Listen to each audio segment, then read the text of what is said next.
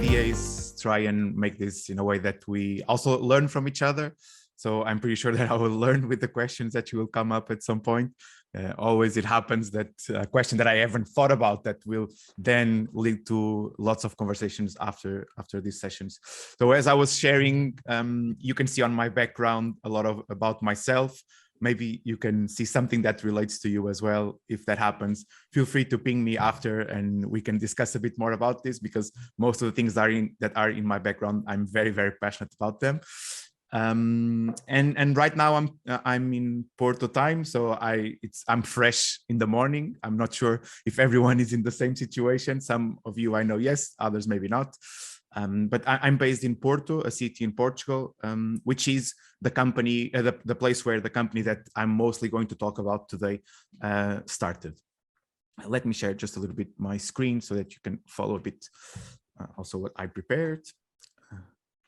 Okay, so we have this phrase in one of our handbooks, which is, we are not here by accident and you are not here by accident.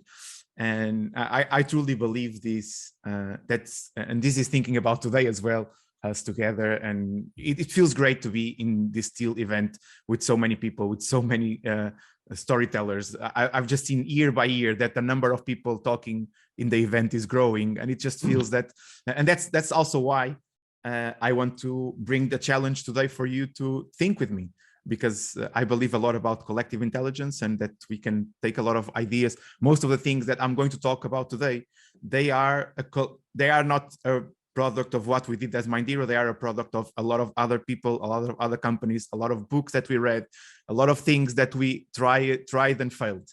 And so I think this experience can be the same for both you and me. So take it with that spirit, take it with, if you decided to be here, it's because you believe that somehow this is going to take you to a discussion in your mind, take you to something that you can experiment. So open up your mind a little bit more, and let's see where this takes us. So for me, everything started around 2014.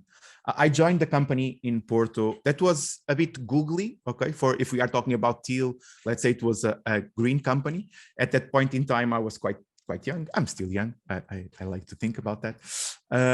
But I was young enough to feel very nice on a scooter with a horse head playing around at the office. So this was the feeling at the office, like this fun statement where you could go around in scooters. I think we all saw, I don't know, either a video from a startup in Silicon Valley where this was happening, right? That now happiness is at work.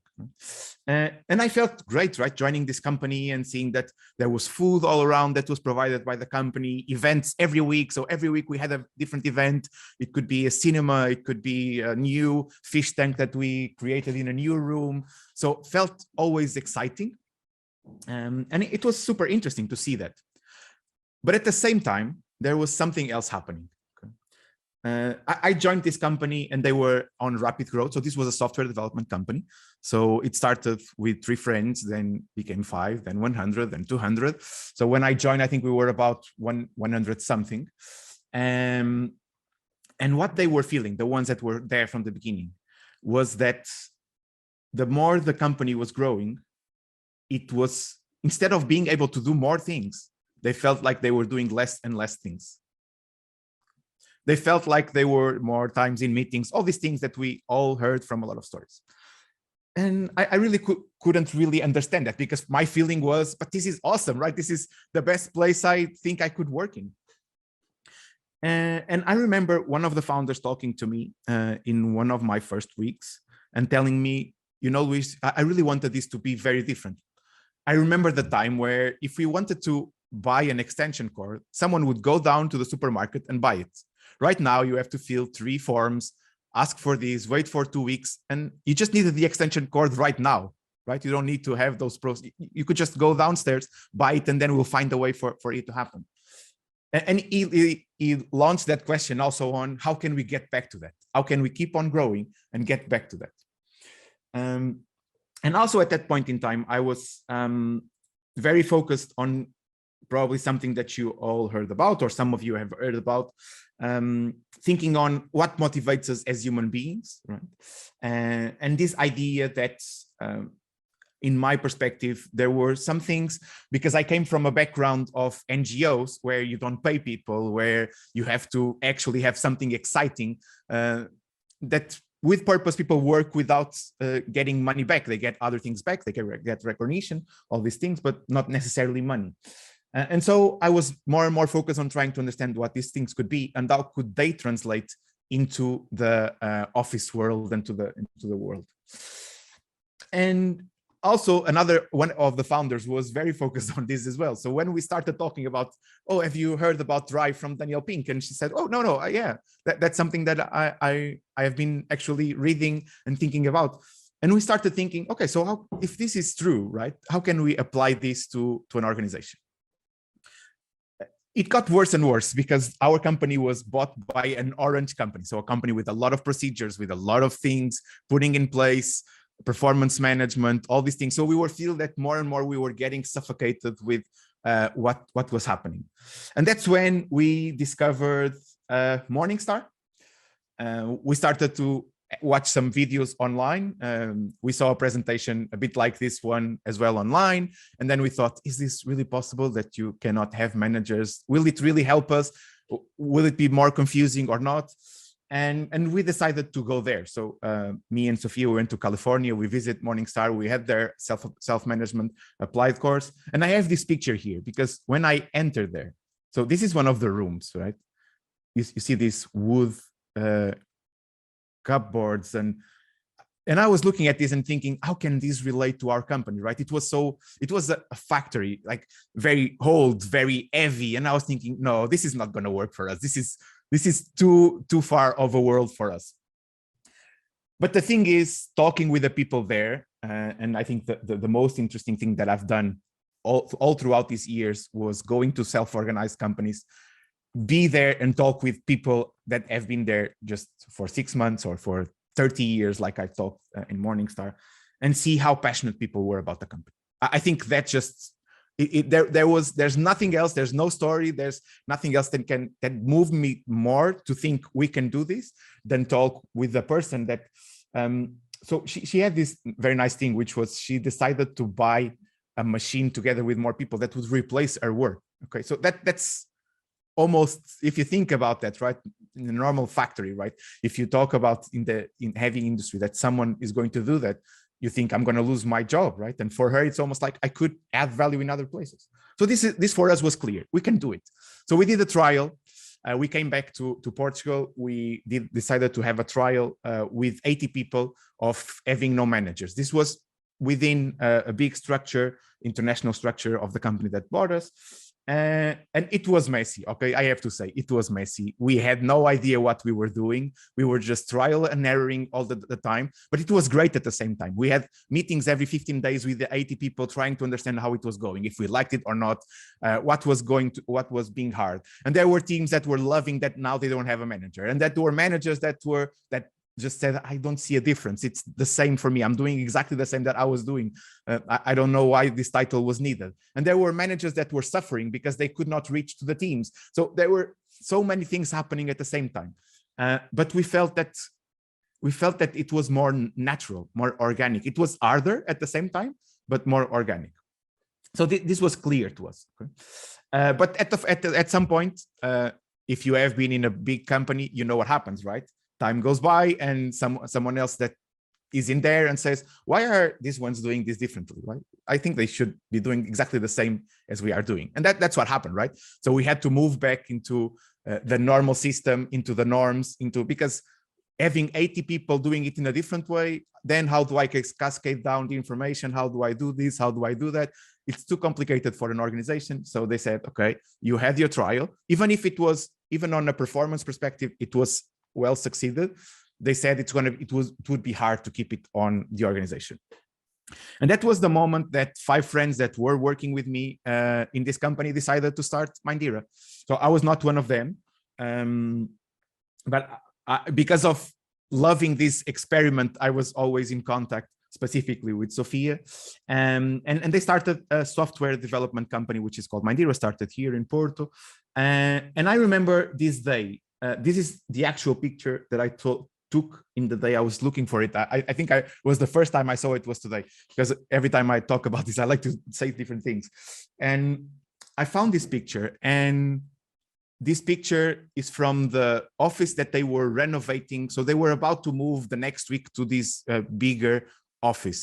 Okay. It has an excellent view of Porto. It still is our main office in terms of view around the world. Everyone at some point wants to go there and see Porto from here. You are already invited. If you come to Porto, I will take you to this terrace to have a wonderful view.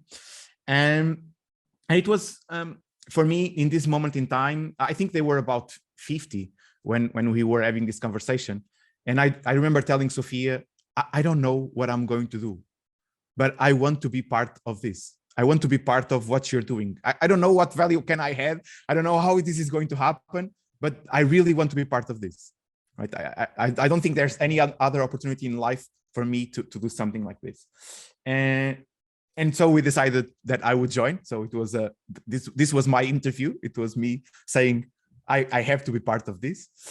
You actually have a better picture of the terrace here from a professional photographer, so it looks a bit better. But you have this wonderful view from Porto, and normally it's the place where people go and work on the outside. It's where we have our parties. It's where a lot of things happen on the Porto office.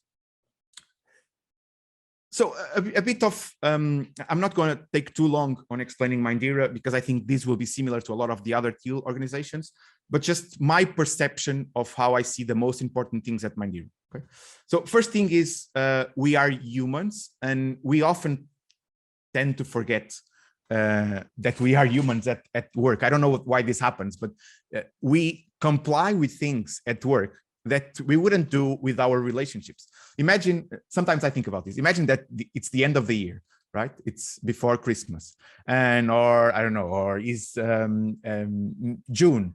And it's that moment in time where you evaluate all your family and you tell them if they were excellent or if their growth is required, right? Imagine something like that you would get together and you actually, but you don't actually tell them, okay? You write down a form from everyone, and then you collect the information from all the family and you send it to someone. Does this feel like a relationship, right? It doesn't feel like a human relationship. It feels like something very disconnected from people. So we wanted to create a place from the beginning where not only it was for humans, but it was actually with human things happening on the day-to-day.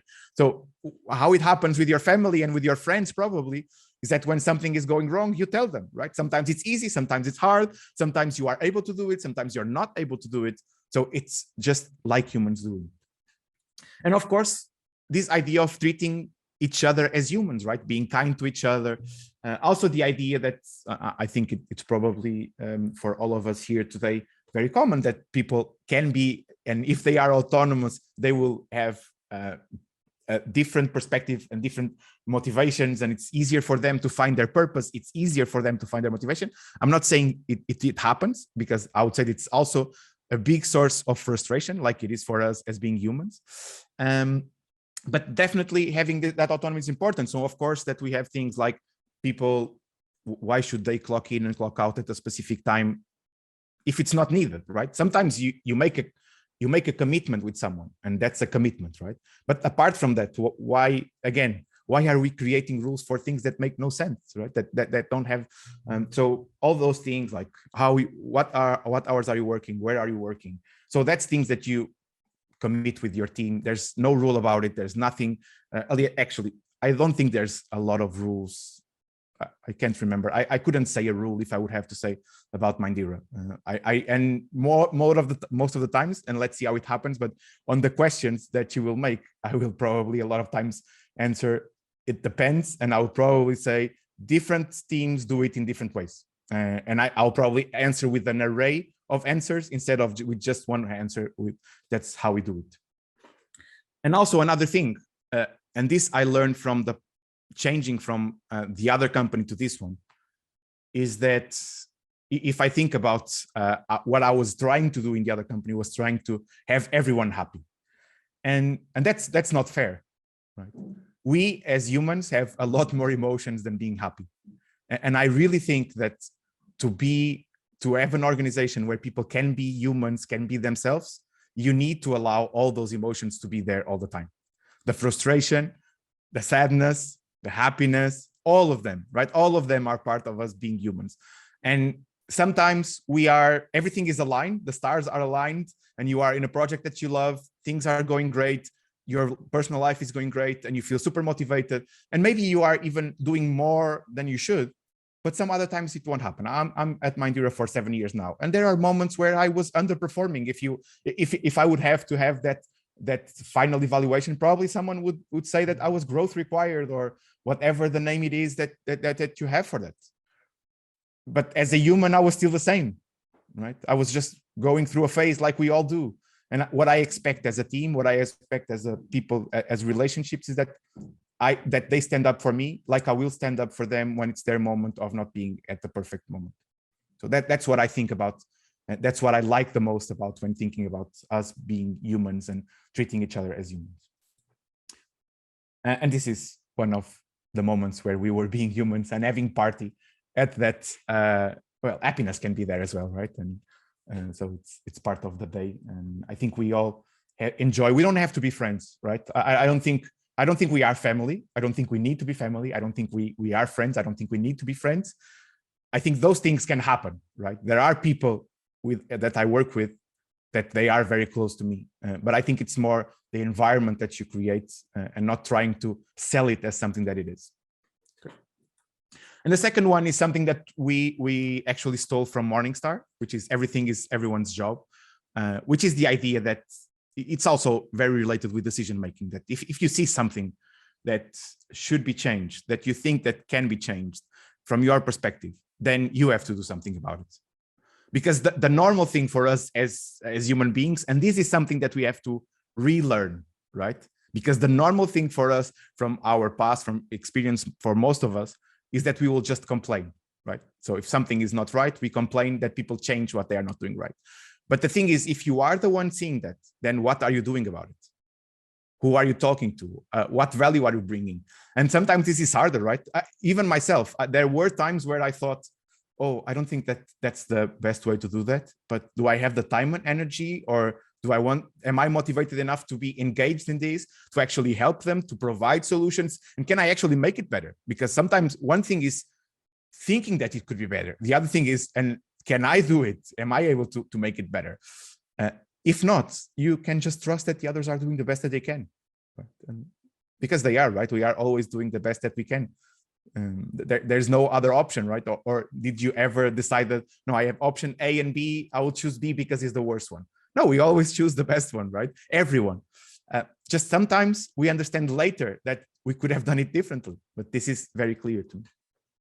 Another thing important for us was not having any kind of privilege, any kind of titles. And this will tie up with the challenge that I will bring you at the end, but this idea that you can do anything. So either it is, and most of the stories will be that I have for you today will be about this. Either you can be at the spectrum of, I'm a developer, because what we mainly do is software development, but what I love to do is to organize parties like the one I showed you. And we have a bunch of people that love to organize parties. So we don't have anyone that has that role. So anyone can jump in and organize a party. Anyone can jump in and think about what new client are we going to have. Anyone can jump in and think about anything that can change at MINDERA. And I hope that with the stories that makes it more clear also to all of you. And the last one, it's the principle of collective intelligence. And this has always surprised me along the years. I'm actually going through something like this right now with an idea that because what happened was that we, like most of companies, we had, for instance, in our Porto office, we had about 300 seats for people to be at the office. And probably we have maximum now 50 people going in one day. So it felt logic to me to raise the question, what are we going to do with the offices? How are we going to do it? Should we change? And there are people working on that room with a balcony, right? And so that takes us into the discussion, should they, now there are only 2 people going there, should everyone go there? Should we use that room for another thing? And, you know, when you have 300 people discussing these things, it gets heated up. People have different perspectives. But the thing is, it takes time. If you focus on what can we get in, the difference between what I felt in the past, which was, okay, if something important needs to be decided, get the big brains in a room and let them think, because they will make the best decision. They have the experience, they have the knowledge, they will make the best decision. What I've learned over and over and over again at MINDERA is that instead of that, bring everyone into the discussion. Don't be afraid of what's going to happen. It's going to be messy sometimes. Deal with it, learn from it. And most of the times, the ideas that come from this collective intelligence of the organization, they are way better than if a group of people that are smarter would be in a room and with more knowledge trying to make a decision. I have no doubt about this, that this have a huge impact on what we became as an organization. Yeah. Make sense so far? I hope so. Okay.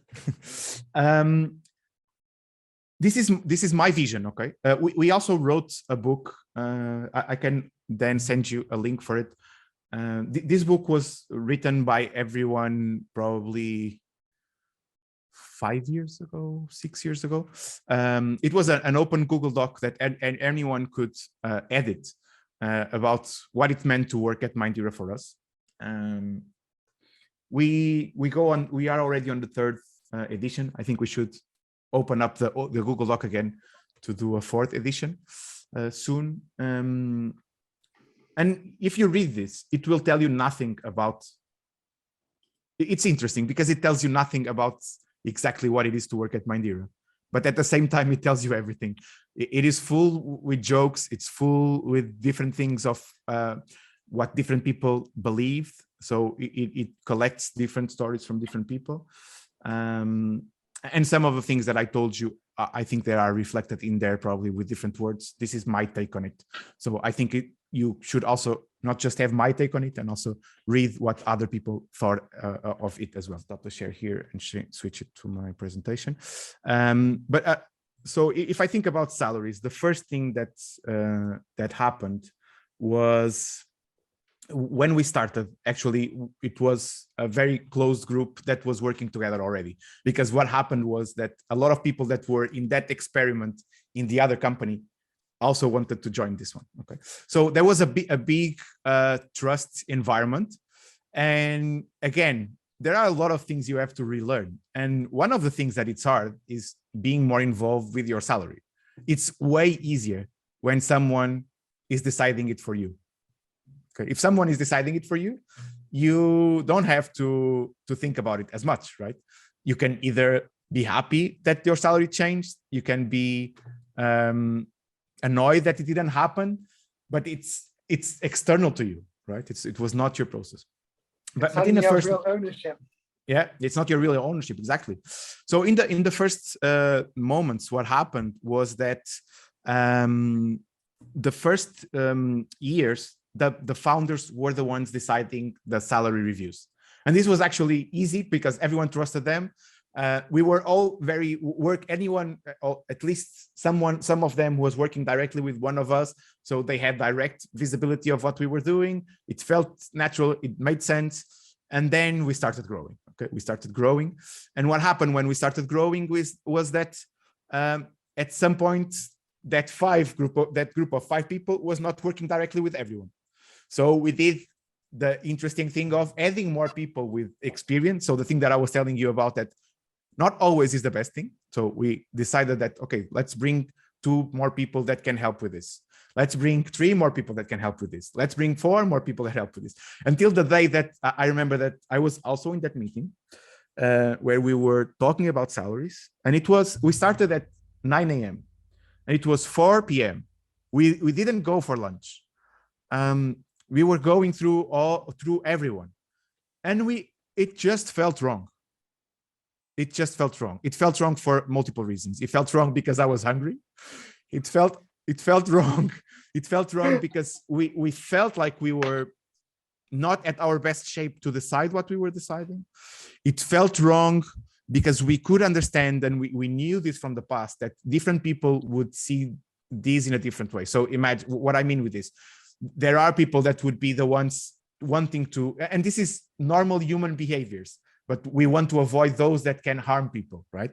And there would be people in that meeting that would be very comfortable with trying to portray the image that what their team is doing a great job, so that then they can go back and have that role of saying, you know, I managed to get you a raise. So we were giving power to a lot of people. So we were trying to create an organization with low hierarchy, but then in one thing that does actually matter a lot to a lot of us, we were giving a lot of power to a small set of people. And that felt wrong. So we decided, okay, what can we do differently? We already had ideas from different models, for instance, from Morningstar and everything. But what we decided, and what I think was more important on this process, was actually not the outcome, was the process. We decided to involve everyone on thinking, okay, so this feels wrong. We don't want to keep on doing this. Well, how can we do it differently? First and most important thing, a lot of people wanted the process to stay the same. And what we decided was, no, it's not going to stay the same, because the people that are doing it don't want it to be the same. So this is going to change. So let's think together. So we did a lot of workshops. We did a lot of discussions. We had discussions around, should we have salary transparency? And we had people saying, oh, if we are a self-organized company, we should have, it doesn't even make sense not to have salary transparency. And there are some other people saying, oh, but salary is something that is super personal and that we should not tell like this. And so for that specific scenario, we actually found in between situation, which is something that sometimes I see that companies are very reluctant on doing. So they either decide for everyone, but they cannot find different ways for different people. So what we decided was, okay, if we think that a group of people think that salary transparency could be great for them, why don't we create an opt-in group where people share their own salaries? So we still have this today. We have a platform where you go in, if you share your salary, you see the people that share their salary as well. So as simple as that. You don't need to make a rule for everyone. You can go things as is, right? Because a lot of people didn't want to share their salaries. Why should we go through that if it was not their will? And then we had I think we had about 2 or 3 workshops where we discussed this. Not everyone was involved. I think probably about 120 people were involved in this in one way or another. But there were people that they just wanted the outcome of that. And that's okay as well, right? It's there are people that are super engaged with some topics and some people that are not as engaged with others. They just want some other people to deal with it. And in the end, what we reached was something that it's not a breakthrough, but it's working very well for us. So I think until we are keeping it for now. Let me go through the story so that I can share a little bit. So the first thing that we decided was to go through this. I know this might be a bit small. I then have a blog post where you can go through this a bit more in depth. But what we decided was, okay, first important thing is that people will be involved and know what's happening. Okay, so how can we make the process more transparent? So first thing is people do a proposal. Okay, and how do you make a proposal? How can I make a proposal? I need more information to make a proposal. Otherwise, I'm just trying to guess right in the air.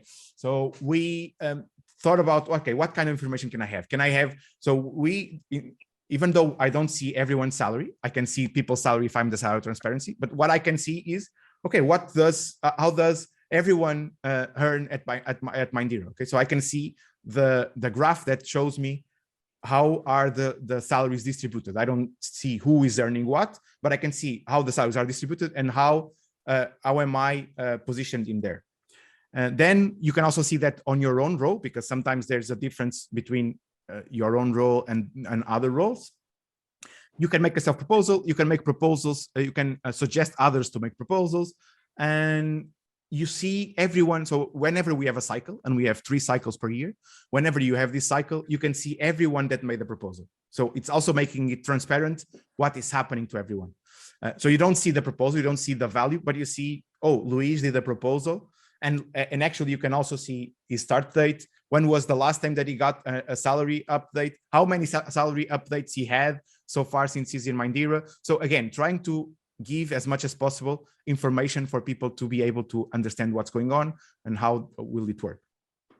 So after this self-proposal, what happens was the best way that we found so far. Okay, we are open to, if you have any other idea on how to do this, this was until now the best way that we found so far. So we have an internal program that we developed where people do kind of a stack, and there is no rules for this. Okay, you don't have a rule saying what means what. It's just you are just thinking. This is not about performance. This is about salary. So you are talking about salary. You are thinking on someone else if you believe that they should be earning more or less than the others. That's what you need to think about. That's where this relates. So, and this is where it gets tricky. I'm not saying that everyone can get this. It's super hard because ideally we are separating performance from knowledge, because I can have the knowledge but not being performing, like I was saying, right? Imagine that moment where things are not good in your life.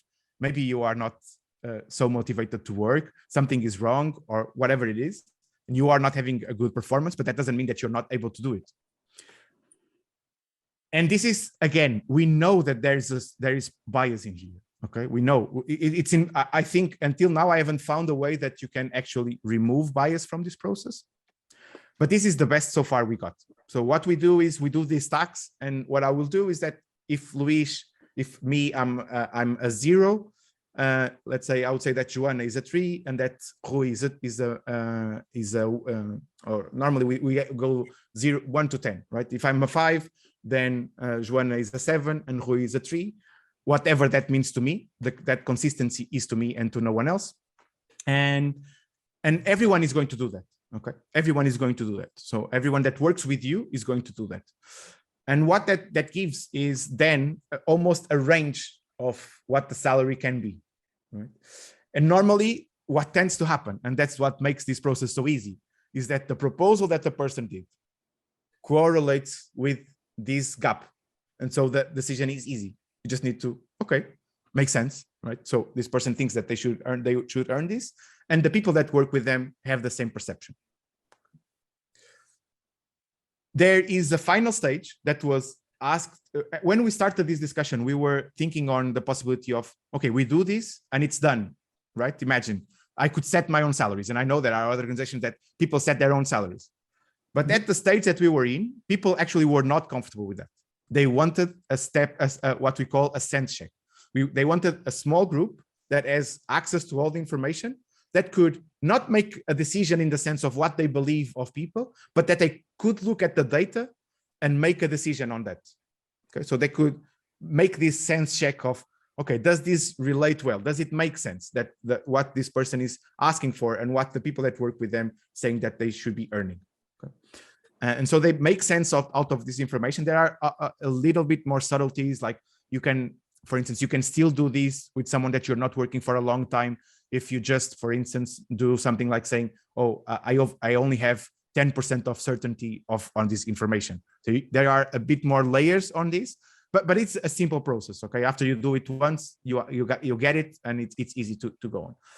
And the most important thing, and this happens a lot, for instance, when we had situations like this. So we had 3 times in the year where we do this. And imagine that we have someone from Mindera getting an outside proposal from another company. And in other companies that I work for, what would happen would be something like, you know, I have this proposal, what do you want to do? Right? Almost like a bargain situation. And what tends to happen at Mindera is that when people have other proposals, they want to have that conversation, but it's very different. I had this conversation with a lot of people coming to me and saying, you know, I know how we do salaries at Mindera, so I'm very indecisive because I don't know what to do. I know that it would not be fair to my colleagues, the ones that I'm working with, if I would get a raise. So how does this work? So I have this proposal, but I know how our system goes. So they understand the fairness of the system and how the system correlates in between people, and that they could not just get a rise just because this cycle makes sense. And that's the moment, at least for me, that those are the moments where I feel, okay, I think we are onto something on what we are doing. It's not perfect. I think there are lots of things that can go wrong in here still, like when someone is deciding for someone else just on that power structure. But for now, it's the best we can do. And can I maybe ask you how long you've been running this process? How many years? Yeah, I think it's right like this for 4 years now. Okay. And we don't have it the same in all locations. Some locations are doing exactly like this. Other locations are doing it like this, but a little bit different. Other locations are still at the stage where someone is deciding, and that's okay. They are in different stages also of what they want to do. Fantastic. Can I maybe at this point then ask if you might want to look at the next question, because we've got 17 minutes left. I would like to see what was the second highest ranked question. And while you're looking at that, if you guys have any questions, do please put them into the chat on Zoom, because I don't have internet on my laptop right now, so I can't see them in the other concept board. And Emma, I know you're present. Would you mind just double checking the questions? Yes, all good. Super, thank you, Emma. Through teamwork, Tolga, all good. Okay, I'll go through this one because it's a quick one, and then I'll do another one, which is going to be so this one is about the campaigns, and then I'll do the failed experiment on interviews, which were the second highest ranks together. So this is related with what I told you about of everything is everyone's job. So we often, so the campaigns we do normally are more on the recruiting side, and it's super interesting because more than anything, one of the effects that it does, it's people being more proud of working at MINDERA. And there's a reason for this. And I remember this one because I already had some companies ask us, which is the marketing agency, or if they could talk with our marketing team to understand who did the campaign and how they thought about this.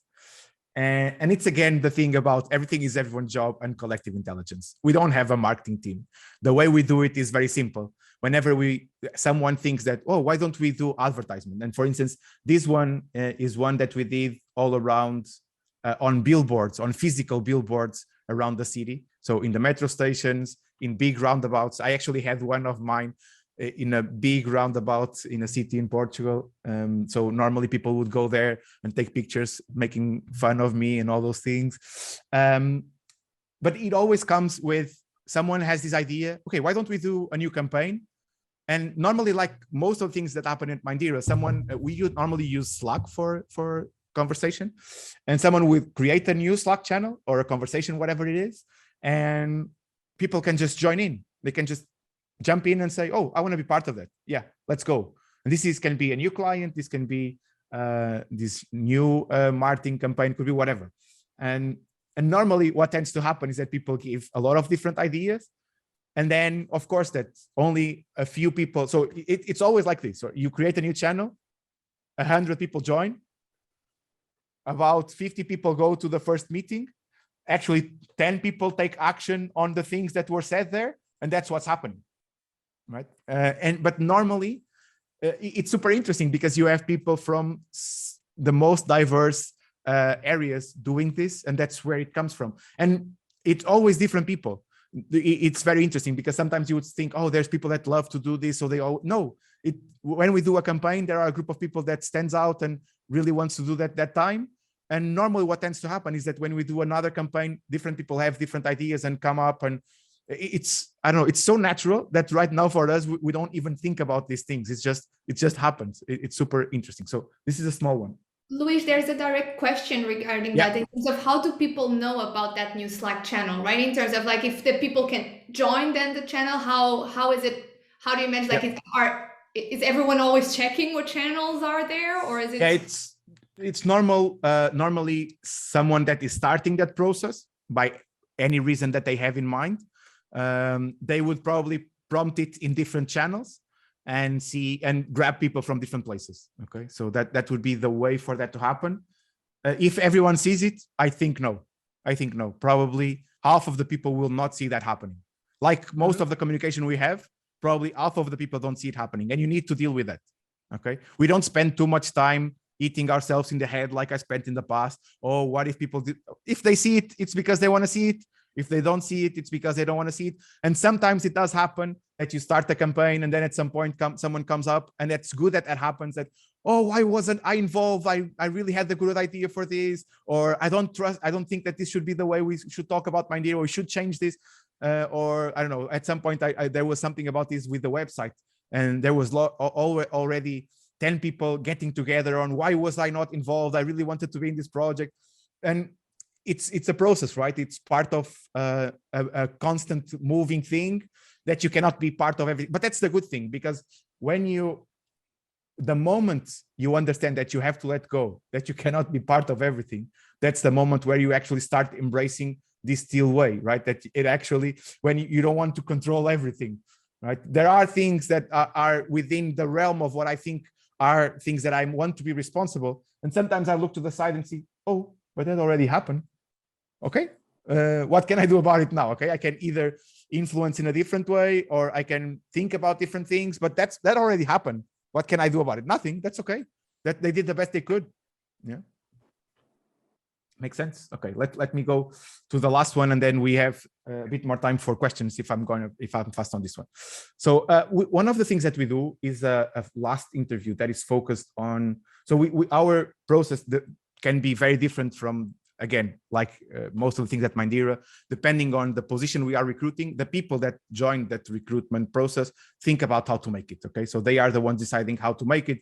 If they do one interview, if they do two, if they do an exercise, whatever it feels like it makes sense to them. But normally we tend to have a final stage, which is what we call the cultural interview. And it's this moment where we try to understand, is this going to be painful for both you and us, right? Do you actually understand what MINDERA is? Do you know the mess you're getting in? Are you ready for this? And I try, when I do it, I try to be as much honest as how all these things that I'm telling you about. For some people, it feels chaotic, right? It feels like, how can you work like that? Okay, how can you do this, right? So it's important that people know about this before they join, because otherwise it's going to be painful for them, and it's going to be painful for us as well. So it's not like we are trying to find the perfect fit and someone that really loves these. No, it's okay. We are humans. I believe everyone could work in an organization like this. I think not everyone is ready or want to, which is a different thing. So we are trying, in that conversation, we are trying to do it. But the truth is, because we normally have other interviews before, the role of someone doing this last interview, it's almost more explaining MINDERA than anything else. But I was not aware of that. My idea was that my role is super important, and I'm here as a gatekeeper of our culture. Okay, and so when I noticed that at least for me, I was having that feeling, I thought of, okay, if you are being so thinking about this, why don't you challenge yourself? Why don't you stop doing this? Why don't we try? Because the thing is, even though I was doing this, most of the people that would reach this last interview, I can remember still the people that I said no to, okay, in 7 years. There are not many. It needs to be very critical, right? It needs to be, because otherwise, who am I to judge if someone is, it's just a conversation, right? It's a 1 hour conversation. How can you judge someone from a 1 hour conversation? Something needs to be very further away from what we believe for that not to make sense. And also what tends to happen is that if that happens in the other interviews, the people doing the technical interviews, they will also say, I don't want, they are very good technically, but I don't want to work with them. Okay. So I thought, okay, why don't we kill this? Why don't we stop doing this culture interview? Okay. Instead of this, if the people doing the technical interview think that it doesn't make sense to move on with this person, they just stop the process. We don't need to do the culture interview on top of it. And if they think it's a great match, why should we do the culture interview as well? Let's go directly and hire the people. Let's make them a proposal. okay, so this was the idea. I talked with 2 or 3. So we started as normally with a small experiment. I talked with 2 or 3 people that have been doing interviews for a long time and said, oh, I think I could do it. Let's try it. Okay. So we started with one specific role and one specific vacancy doing this. We tried it. And after, I think it was 1 or 2 weeks, probably a bit more, 3 weeks, I started to hear some mumblings, okay, around. What was the first thing that happened? Okay, because also I did the experiment without telling everyone what we were doing. I just did it with that people individually. So first thing is, oh, so now MINDERA is growing so much that we don't care anymore about who's joining. So that was the first thought on people's mind. Second thing was, it actually was being painful for the ones doing that interview. It was being painful for them to think about all the technical, and then at the end also having to make the decision. So they were doing it before, but because they were not having that responsibility, it was easier for them. So I was giving a big toll on them. And the third thing we saw after about 1 to 2 months when people started joining, that those people were not so aware about how it is to work at MINDERA as when they had this conversation that we had. So it was a simple one, right? It was a bad decision. We all do those. You just take it back, and we are doing it again. As simple as that. You do experiments. Sometimes they fail, and well, you put your hand up and say, okay, I screwed up. Let's go back. Let's do it again. And that's what happened. That's the story.